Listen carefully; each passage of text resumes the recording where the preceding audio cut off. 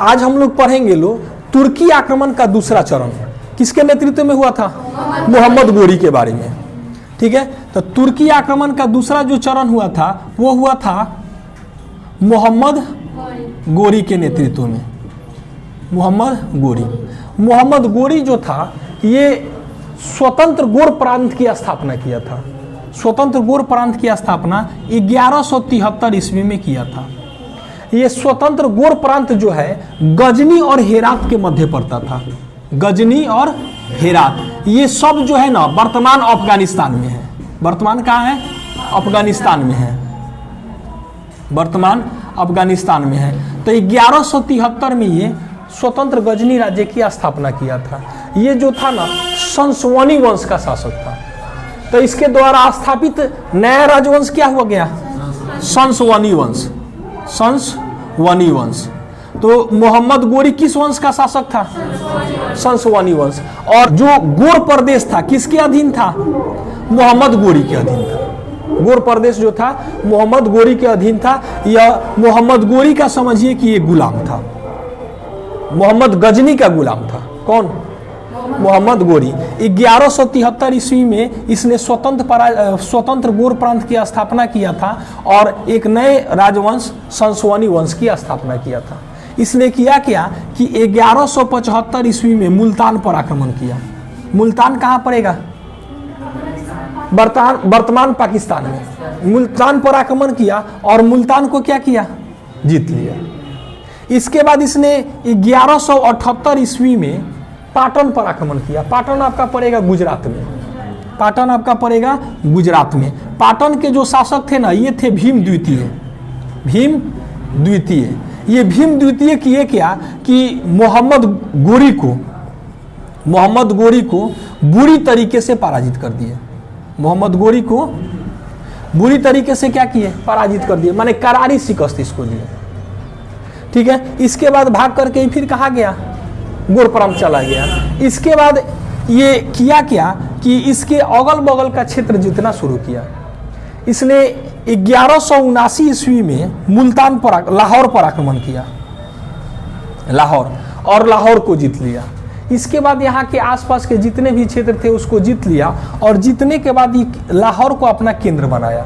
राजधानी नहीं बनाया, केंद्र बनाया। इसका पूरा जो नाम था मोहम्मद गोरी का शहाबुद्दीन मोहम्मद गोरी था। शहाबुद्दीन मोहम्मद गोरी था इसका पूरा नाम। अब इसने किया क्या कि अगल बगल के क्षेत्र जीतने के बाद इसने पंजाब पर आक्रमण किया। पंजाब पर। और पंजाब के भतिंडा पर को इसने क्या किया? भतिंडा पर आक्रमण कर दिया। अब भतिंडा पर आक्रमण किया। भतिंडा पर आक्रमण किया तो इसका उस समय दिल्ली के शासक थे पृथ्वीराज तृतीय, जिनको कहा जाता है पृथ्वीराज चौहान। पृथ्वीराज चौहान से इसका क्या हो गया? विवाद हो गया। पृथ्वीराज चौहान से इसका विवाद हो गया। इसी के कारण पृथ्वीराज चौहान के और इसके बीच तराइन का युद्ध हुआ। तराइन का 2 गो युद्ध हुआ है। तराइन का 2 गो नहीं 3 गो युद्ध हुआ है। 2 गो युद्ध मोहम्मद गोरी और पृथ्वीराज चौहान के बीच में हुआ है। और तीसरा जो युद्ध हुआ था इल्तुतमिश में हुआ था और यलदौज में हुआ था। यलदौज में आगे जब आप लोगों को गुलाम वंश पढ़ाएंगे तो वहां इसके बारे में डिटेल करेंगे। तो इसका किसके साथ विवाद हो गया? पृथ्वीराज तृतीय के साथ इसका विवाद हो गया। अब विवाद होने के बाद ये पृथ्वीराज चौहान और इसके बीच तराइन का युद्ध हुआ। यहाँ थोड़ा सा ध्यान दीजिएगा ये लाहौर पर जो आक्रमण किया था ना 1186 में किया था। यहाँ थोड़ा सा गड़बड़ हो गया है। लाहौर को कब जीत लिया? 1186 में। उसके बाद आसपास के क्षेत्र को जीतने के बाद क्या किया? पंजाब के भतिंडा पर आक्रमण किया, जिसके कारण दिल्ली के सुल्तान कौन थे? पृथ्वीराज तृतीय। पृथ्वीराज तृतीय से इसका क्या हो गया? विवाद हो गया। और विवाद हो गया तो उसी क्रम में क्या हुआ? तराइन का युद्ध हुआ। अब हम लोग जानेंगे तराइन के युद्ध के बारे में। एक बार रिवीजन कर लिया जाए। मोहम्मद गोरी गोर प्रदेश का शासक कब बना था? 1173 में। इसका पूरा नाम क्या था? शहाबुद्दीन मोहम्मद गोरी। किस वंश का था? संसवानी वंश, इसके द्वारा स्थापित राजवंश का नाम क्या है? संसवानी वंश। गोर प्रदेश वर्तमान में कहाँ पड़ता है? अफगानिस्तान में। इसने मुल्तान पर आक्रमण कब किया था? 1175 में। और पाटन पर आक्रमण कब किया था? पाटन आक्रमण के समय वहां के शासक कौन थे? पाटन आक्रमण के समय मोहम्मद गोरी को किसने पराजित किया था? भीम द्वितीय ने। भीम द्वितीय ने इसको बुरी तरीके से क्या किया? पराजित कर दिया। 1186 में इसने क्या किया? लाहौर पर कब्जा कर लिया। और उसके बाद इसने पंजाब पर आक्रमण किया। लाहौर को इसने अपना केंद्र बनाया। पंजाब आक्रमण के क्रम में इससे का विवाद किससे हो गया? पृथ्वीराज चौहान से, जिनको पृथ्वीराज तृतीय के नाम से भी जाना जाता है। बोलिए। 1178। यहाँ ध्यान दीजिएगा लो, 1178, 1878 नहीं, 1178 में, 1178 में। अब हम लोग जानेंगे लो तराइन के प्रथम युद्ध के बारे में। तराइन का प्रथम युद्ध किसके किसके बीच हुआ था? मोहम्मद गोरी और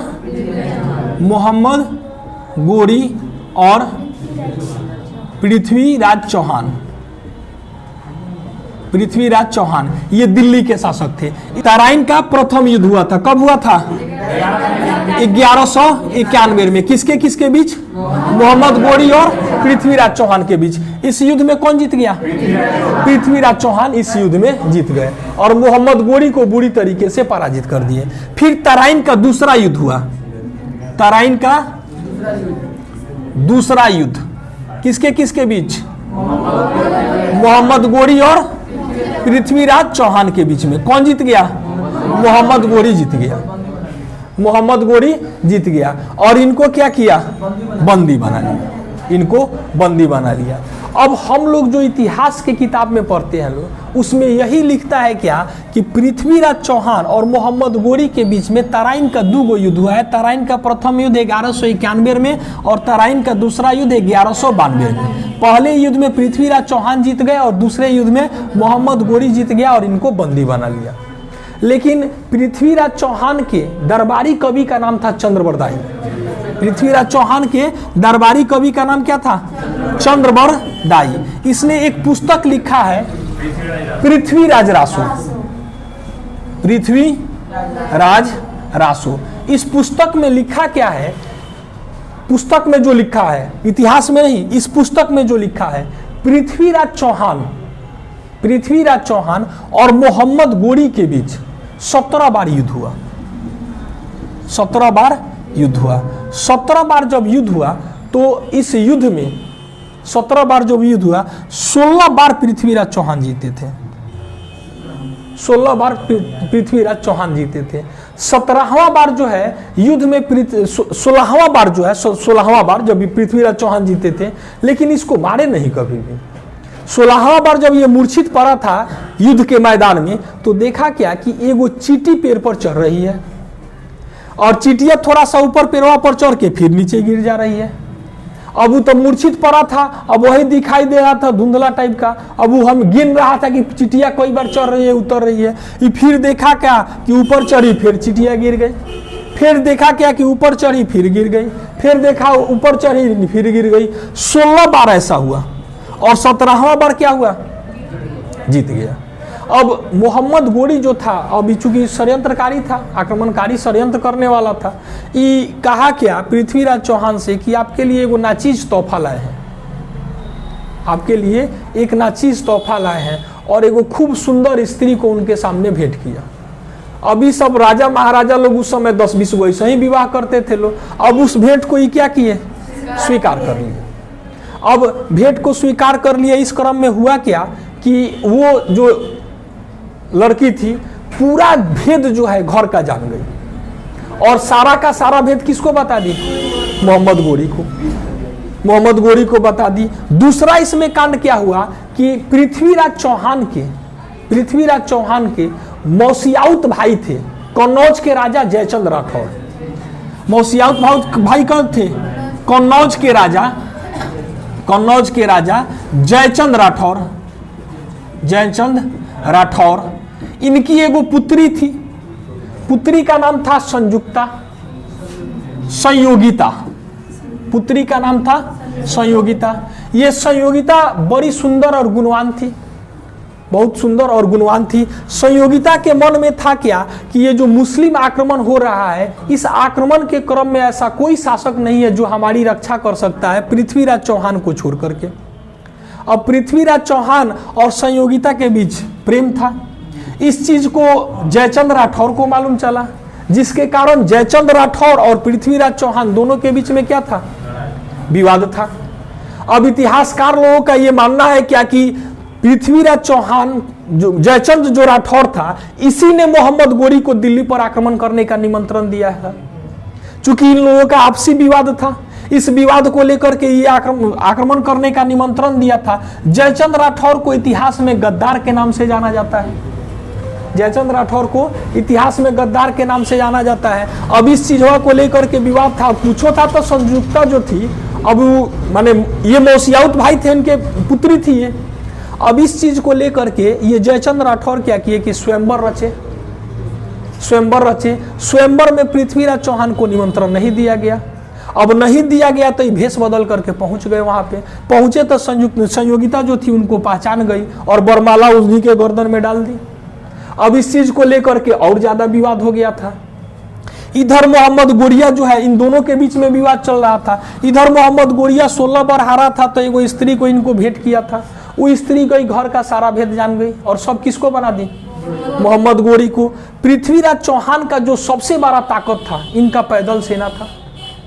पैदल सेना था इनके। पृथ्वीराज चौहान की सेना बहुत मजबूत थी। इनके सेना में एक घोड़ा वाला सेना था, घोड़सवार सेना। इस सेना का जो सेनापति था उसका नाम था बादल।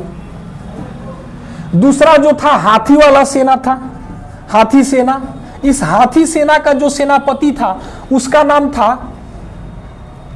करिंगा। हम लोगों के गांव का नाम यही है, करिंगा।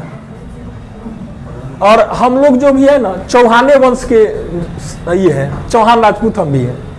तीसरा जो सेनापति था, ये पैदल सेना का सेनापति था, पैदल सेना का। इसका नाम था गोरिया। अब पृथ्वीराज चौहान जो है योग्यता को अपनाए थे। गोरिया जो थे ना, अब आप लोग जाति धर्म में मत पढ़िएगा, लो पढ़ाई का चीज है इसलिए हम आप लोगों को बता दे रहे हैं, ठीक है।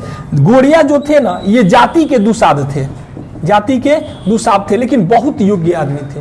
वो जो स्त्री थी ना, इस सारा बतवा जो है ना बता दी किसको, मोहम्मद गोरी को, कि इनके सेना का सबसे प्रमुख व्यक्ति जो है कौन है, गोरिया। इसी के कारण ये युद्ध सब का सब युद्ध जीत जाता है। बहुत बहादुर सेनापति है। तो कहा कि तो कौन उपाय कर तुम। अब पृथ्वीराज चौहान एक बार शिकार पर गए थे। अब कही क्या, जो स्त्री को भेंट किया था कि हमको पासा खेलना है गोरिया से। गोरिया कहेगा कि महारानी, आप कुछ भी है तो अब तो महारानी है, आप राजा के साथ पासा खेलिएगा, सेनापति के साथ हम कैसे आपके साथ पासा खेल सकते हैं। अब कही जबरदस्ती कि ना खेलना ही पड़ेगा। तो कहेगी तो ठीक है, अब चूंकि अब आज्ञा का पालन करना पड़ेगा। गोरिया पासा खेलने लगे। उसी क्रम में हुटर बजा कि महाराज पधार रहे हैं। अब महाराज पधार रहे हैं, गोरिया तुरंत खेल छोड़ करके खड़ा हो गए गेट पर। महाराज पधार रहे हैं तो गर्दन ऐसे झुका लेना है। अभी जैसे खड़ा हुए वो स्त्री तुरंत खड़ा हुई, पूरा कपड़ा अपना फाड़ ली। फाड़ करके पृथ्वीराज चौहान से कही क्या कि गोरिया हमारे साथ बदसलूकी किया है। अब पृथ्वीराज चौहान तुरंत अपना तलवार निकाले, गोरिया गर्दन झुकैबे किया था, स्वर से मार दिए गर्दन पर। गर्दन अलग, धड़ अलग। गोरिया क्या हो गए, मारे गए। अब पृथ्वीराज चौहान उस समय तो वस्तु स्थिति को समझे नहीं। वो पृथ्वीराज चौहान के तलवार का वजन था 36 केजी। तलवार का जो वजन था वो 36 केजी आज भी दिल्ली के म्यूजियम में रखा गया है। और जो ढाल था ना वो 72 केजी का था। कहीं 68 केजी लिखता है, कहीं 72 केजी का। हाथ में 100 केजी लेकर के चलते थे। समझ लीजिए कितने शक्तिशाली होंगे वो। आज हम लोगों से उठेगा तो उन लोगों के बाहुबल में उतना ताकत हुआ करता था, उन लोगों के भुजाओं में उतना ताकत था। और पृथ्वीराज चौहान मारे गर्दन क्या हो गया, कट के अलग हो गया। ये बात पृथ्वीराज चौहान को बाद में मालूम चला। और भी लोग जो वहां पर सिपाही थे बताएं कि ऐसे ही से महाराज बात हुआ है। और पृथ्वीराज चौहान को बड़ा अफसोस हुआ। ये बात गोरिया के पत्नी को मालूम चला कि हमारे पति के साथ ऐसा हुआ है। गोरिया के पत्नी का नाम था बंदी। गोरिया के पत्नी का नाम क्या था, बंदी। अब बंदी को मालूम चला तो बंदी जो है अपना प्राण त्याग दी। अब प्राण त्याग दिया। पृथ्वीराज चौहान करे क्या भाई? तो पृथ्वीराज चौहान सम्मान में गोरिया को क्या किए कि अपने घर के परिसर में स्थान दिए, और बंदी चूंकि औरत थी तो घर से बाहर तो जगह दिया नहीं जा सकता है, उनको घर के अंदर में स्थान दिए। आज भी आप लोगों में बहुत ऐसे लोग होंगे जिनके देवी जो है, घर के जो गुरु है, माने क्या बोलते हैं उसको, घर के जो देवता है वो गोरिया बंदी है। और देखिएगा लोग, बंदी माई जो है, बंदी माई कहते हैं लोग, उनका स्थान घर के अंदर होगा और गोरिया बाबा का स्थान घर के बाहर होगा। अगर आप लोगों का पारिवारिक घर होगा तो देखिएगा बंदी माई का स्थान रूम में होगा और गोरिया बाबा का स्थान आंगन में होगा, रूम से बाहर। दोनों आदमी एक जगह है नहीं। और उसी समय से पृथ्वीराज चौहान जो है गोरिया और बंदी की पूजा करना शुरू कर दिया, क्योंकि बारा बहादुर था। अब इनसे एक गलती भी हुआ था, तो उसके बाद पृथ्वीराज चौहान जो है गोरिया बंदी की पूजा करना शुरू कर दिए। तो जितने भी चौहान वंश के राजपूत होंगे वो गोरिया बंदी की पूजा करते हैं।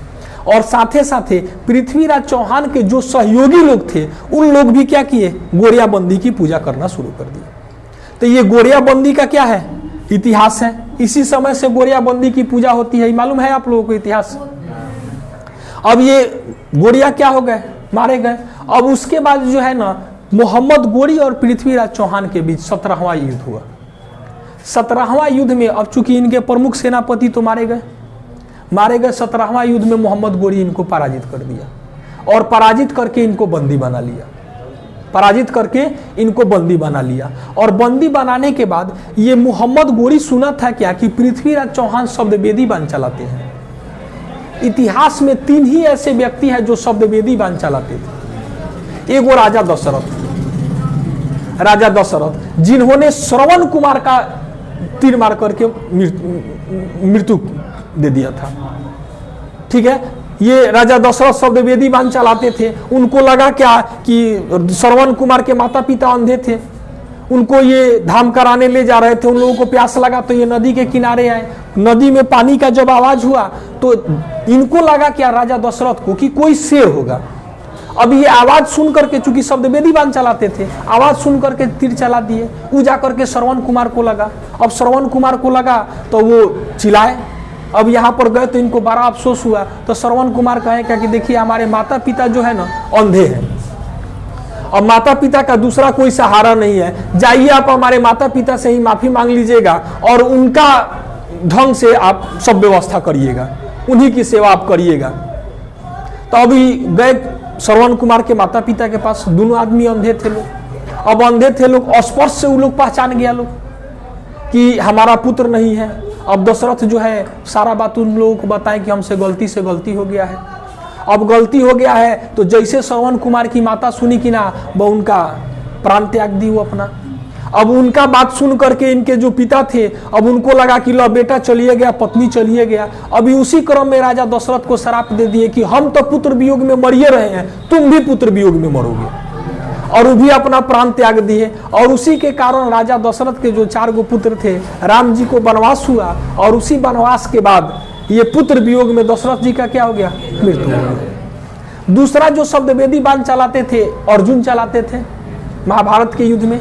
और तीसरा शब्दवेदी बांध कौन चलाते थे, पृथ्वीराज चौहान। इनके बारे में सुना था क्या कि ये शब्दवेदी बांध चलाते हैं।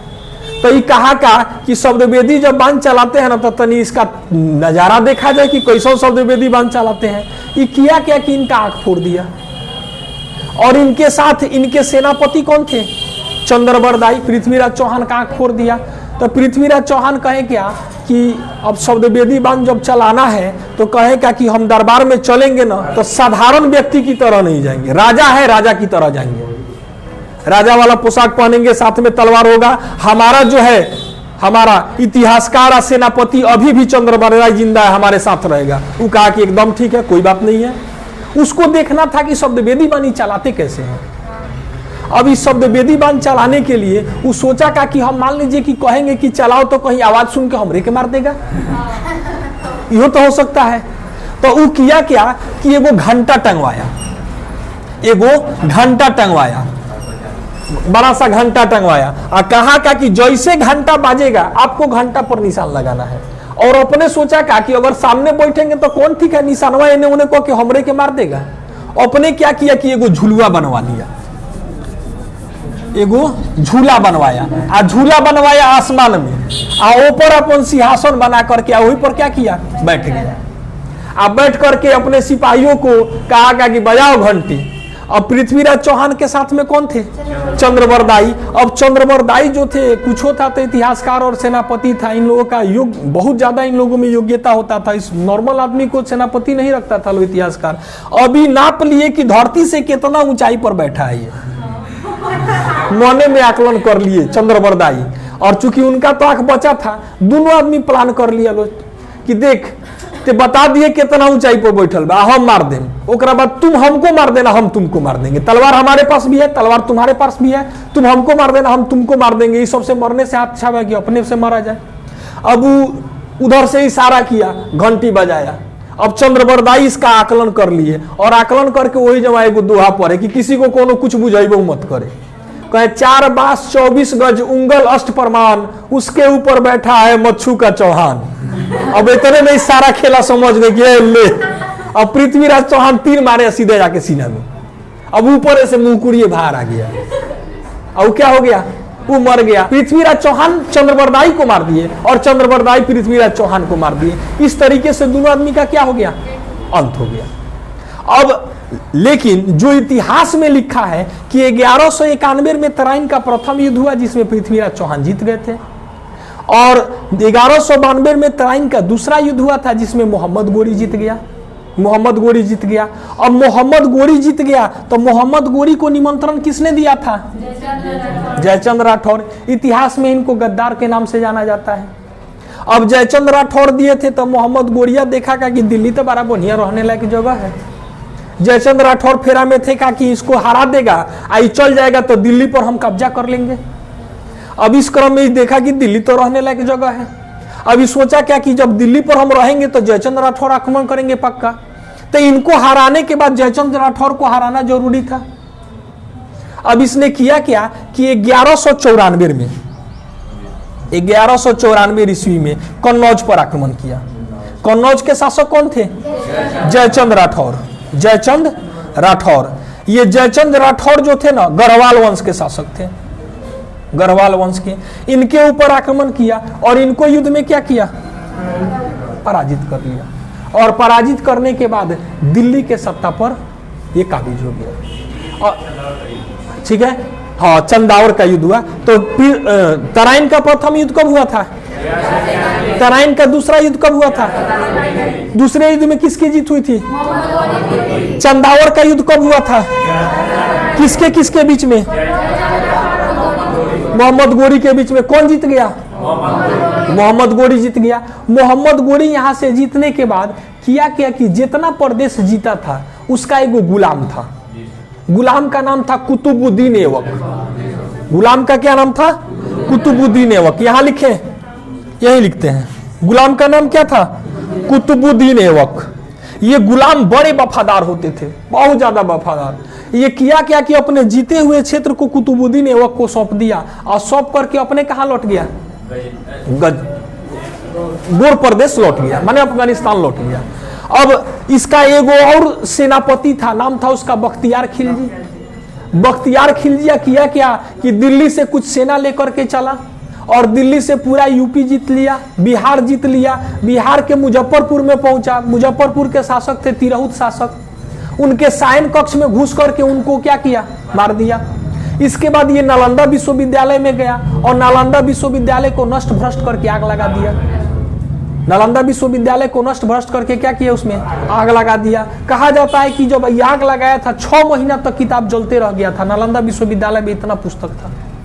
नालंदा विश्वविद्यालय उस समय का एक बौद्ध विहार था, बहुत भिक्षुक लोग वहां पर रहते थे लोग, उसको नष्ट भ्रष्ट करके उसमें आग लगा दिया। नालंदा विश्वविद्यालय को किसने बनाया था, कुमार गुप्त ने बनाया था। गुप्त वंश के शासक कुमार गुप्त ने बनाया था। इसके बाद ये गया विक्रमशिला विश्वविद्यालय में, उसको भी क्या किया, नष्ट भ्रष्ट कर दिया।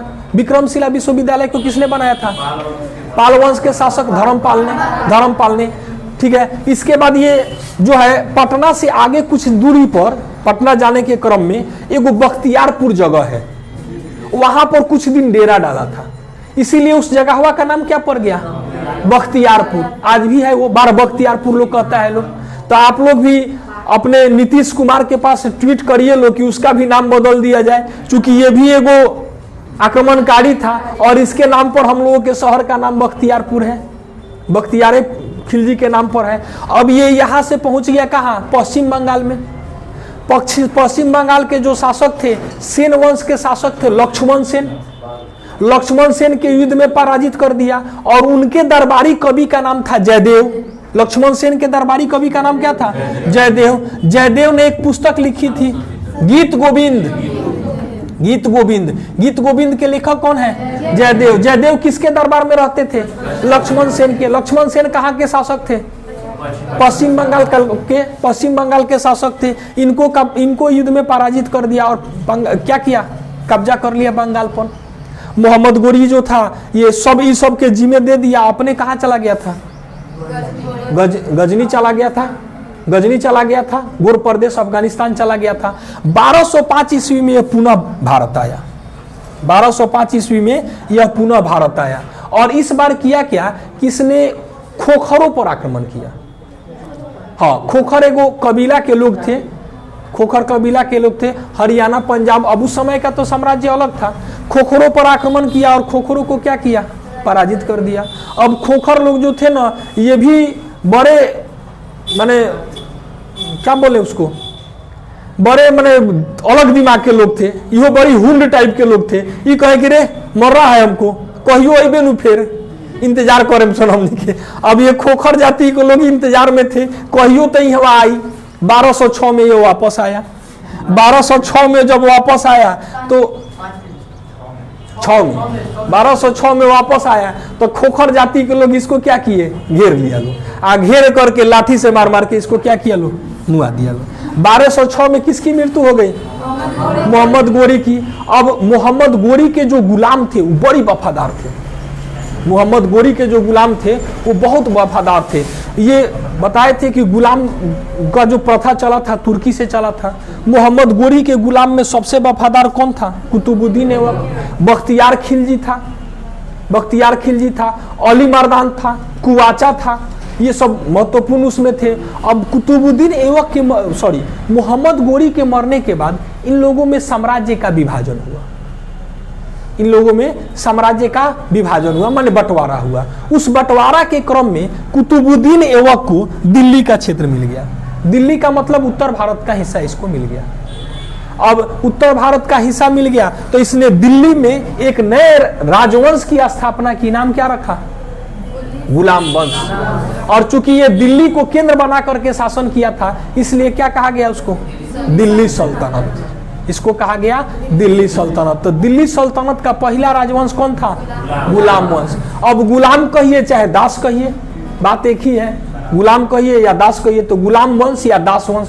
अब ये जो था कुतुबुद्दीन ऐबक, ये ममलूक जनजाति का तुर्क था, तो इसको कहा जाता है ममलूक वंश। तो गुलाम वंश कहिए या दास वंश कहिए या ममलूक वंश कहिए, तीनों की स्थापना कौन किया था? कुतुबुद्दीन ऐबक ने। और कुतुबुद्दीन ऐबक ने इसकी स्थापना किया था। अब आप लोगों को बताए हैं कि कोनो राज्य को आप जीतिएगा और वहां के राजा बनिएगा तो आपको प्रमाण पत्र लेना पड़ेगा। किससे? खलीफा से। अब ये कुतुबुद्दीन ऐबक के बारे में हम आप लोगों को अगले क्लास में बताएंगे। और इसने दिल्ली को केंद्र बना करके शासन किया था, इसलिए इसको क्या कहा गया? दिल्ली सल्तनत। इसको कहा गया दिल्ली सल्तनत। एक बार रिवीजन कर लिया जाए। गजनी ने गोर प्रांत की स्थापना कब किया था? 1173 में। स्वतंत्र गोर प्रांत की स्थापना 1173 में किया था। 1175 में इसने मुल्तान पर आक्रमण किया। 1175 में मुल्तान पर आक्रमण किया। 1178 में पाटन पर आक्रमण किया।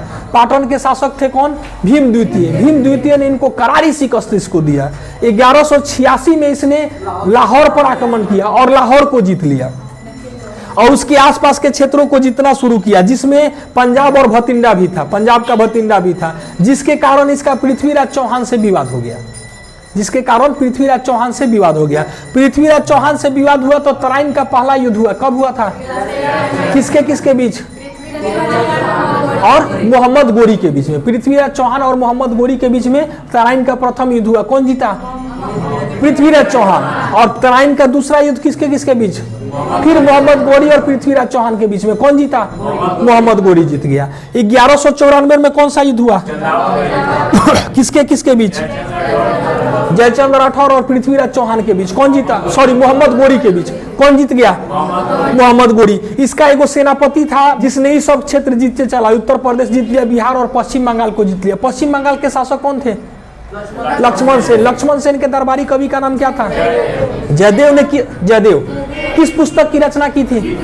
गीत गोविंद। इसके गुलामों में और जो थे ये कुतुबुद्दीन ऐबक, बख्तियार खिलजी, अली मर्दान कुआचा, ये लोग उसके गुलाम में थे। ये वहां से वापस लौट गया और सारा का सारा जिम्मा किसके दे दिया? कुतुबुद्दीन ऐबक के। 1205 में इसने पुनः आक्रमण किया और इस बार जो आक्रमण किया था खोखर नामक कबीला के ऊपर किया था। और 1206 में जब पुनः यह दिल्ली भारत आया तो खोखर नामक जाट कबीला के लोगों ने इसको क्या किया? मार करके मुआ दिया। अब उसके बाद साम्राज्य का बंटवारा हुआ जिसमें दिल्ली का क्षेत्र किसको मिल गया? कुतुबुद्दीन ऐबक को। ये बंटवारा को लेकर के भी सब में विवाद हुआ था जो आप लोगों को आगे की क्लास में हम बताएंगे। अब ये मोहम्मद गोरी जो है ना, क्योंकि शासक बनना था तो शासक बनने के बाद अपने नाम का सिक्का जारी करना पड़ता था और खलीफा से प्रमाण पत्र लेना था, ये सब किया था। ये जो सिक्का जारी किया था ना, उसमें हिंदू धर्म के देवी लक्ष्मी का फोटो अंकित करवाया था। लक्ष्मी जी का फोटो अंकित करवाया था। तो पूछता है कि किसने लक्ष्मी युक्त सिक्के का निर्माण करवाया था? मोहम्मद गोरी ने। मोहम्मद गोरी जो सिक्का बनवाया था उस पर लक्ष्मी जी का फोटो था। सिक्का पर लक्ष्मी जी का फोटो था। तो ये हम लोगों का आज के लिए बस। अब आगे कल हम लोग पढ़ेंगे गुलाम वंश, ठीक है, या दिल्ली सल्तनत के अधीन गुलाम वंश। आज के लिए बस, धन्यवाद।